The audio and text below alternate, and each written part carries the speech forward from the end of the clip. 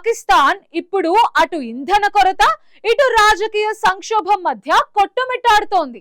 Iran Israel యుద్ధం వల్ల ప్రపంచవ్యాప్తంగా చమురు ధరలు మండిపోతూ ఉండటంతో దేశాన్ని ఆర్థికంగా కాపాడుకునేందుకు పాక్ కేంద్ర ప్రభుత్వం ఒక సంచలన నిర్ణయం తీసుకుంది. శని ఆదివారాల్లో దేశవ్యాప్తంగా స్మార్ట్ లాక్డౌన్ విధించి ఇంధనాన్ని ఆదా చేయాలని భావించింది.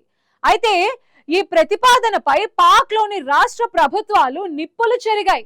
లాక్డౌన్ విధిస్తే సామాన్యుడి బతుకు చిన్నాభిన్నమవుతుందని, ఆర్థిక వ్యవస్థ కుదేలవుతుందని రాష్ట్రాలు అభ్యంతరం చెప్పడంతో ప్రధాని షహబాజ్ షరీఫ్ తన నిర్ణయాన్ని వెనక్కి తీసుకున్నారు.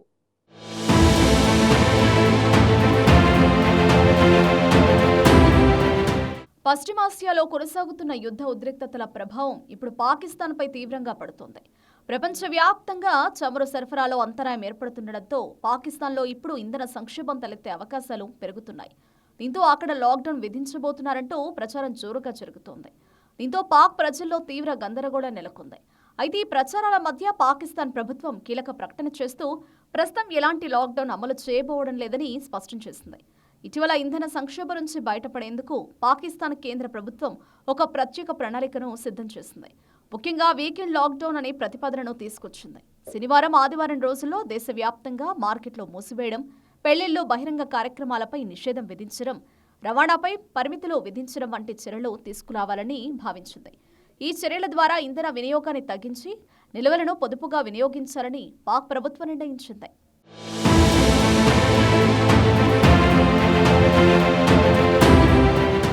వీకెండ్ లాక్డౌన్పై పాక్లోని పలు రాష్ట్రాలు తీవ్ర అభ్యంతరం వ్యక్తం చేశాయి.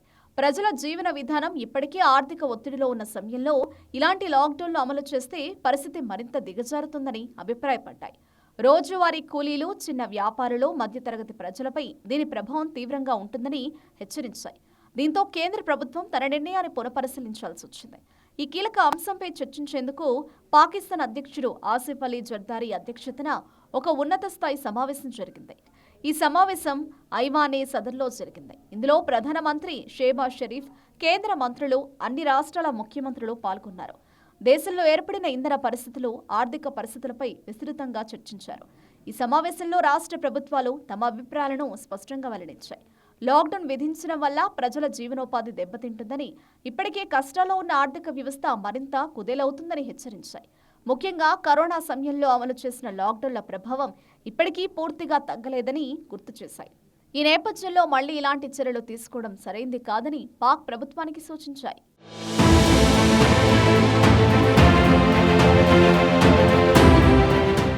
సోషల్ మీడియాలో ప్రచారం జరిగినట్లుగా ఏప్రిల్ 4 లేదా 5 నుంచి స్మార్ట్ లాక్డౌన్ అమలు చేస్తారని పెద్ద ఎత్తున వార్తలొచ్చాయి. దీనికి సంబంధించిన ఒక ముసాయిదా కూడా వైరల్ అయింది. అందులో వీకెండ్ షట్డౌన్, రవాణాపై ఆంక్షలు, బహిరంగ సమావేశాలపై నిషేధం వంటి అంశాలు ఉండడంతో ప్రజల్లో భయం పెరిగింది.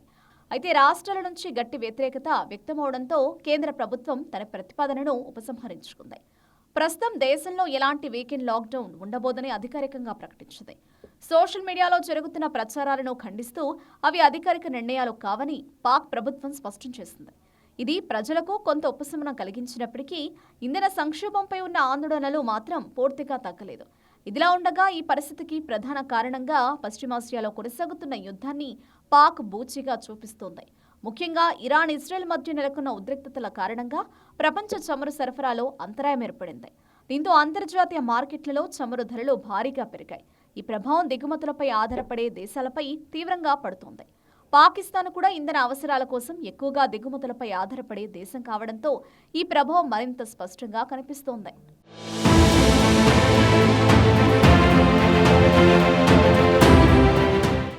ప్రస్తుతానికి పాక్లో ఇంధన నిల్వలు సరిపడా ఉన్నాయని పాక్ ప్రభుత్వ అధికారులు చెబుతున్నారు. ప్రజలు ఆందోళన చెందాల్సిన అవసరం లేదని భరోసా ఇచ్చారు.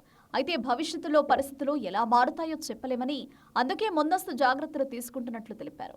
ఇంధన వినియోగాన్ని నియంత్రించడం, అవసరం లేని ఖర్చులను తగ్గించడం వంటి చర్యలను ప్రభుత్వం పరిశీలిస్తోంది. ఇక లాక్డౌన్లకు బదులుగా ఆర్థిక పరమైన ఇతర చర్యలపై దృష్టి సారించాలని ప్రభుత్వం నిర్ణయించింది. ముఖ్యంగా ద్రవ్యోల్బణాన్ని నియంత్రించడం, ప్రజలకు ఆర్థిక ఊరటనిచ్చే పథకాలను అమలు చేయడం వంటి అంశాలపై దృష్టి పెడుతోంది. పెరుగుతున్న జెట్ ఫ్యూయల్ ధరలు, ఇతర ఇంధన సవాళ్లను ఎదుర్కొనేందుకు ప్రత్యామ్నాయ ప్రణాళికలు సిద్ధం చేస్తున్నట్లు తెలిపింది. ఒకవైపు అమెరికా ఇరాన్ యుద్ధ భయాలు, మరోవైపు అంతర్గత ఆర్థిక సమస్యల మధ్య పాక్ ప్రభుత్వం ఒక కత్తి మీద సాము చేస్తుంది. మొత్తానికి పాకిస్తాన్లో లాక్డౌన్ ముప్పు ప్రస్తుతానికి తప్పింది. కానీ ఇంధన ధరలు ఇలాగే పెరుగుతూ పోతే మునుముందు ప్రభుత్వం ఎలాంటి కఠిన నిర్ణయాలు తీసుకుంటుందో చూడాలి. ఒకవైపు రాష్ట్రాల వ్యతిరేకత, మరోవైపు ప్రపంచ చమురు సంక్షోభం మధ్య షేబాజ్ షరీఫ్ ప్రభుత్వం తన ఆర్థిక నౌకను ఎలా ఒడ్డుకు చేరుస్తుందో వేచి చూడాలి.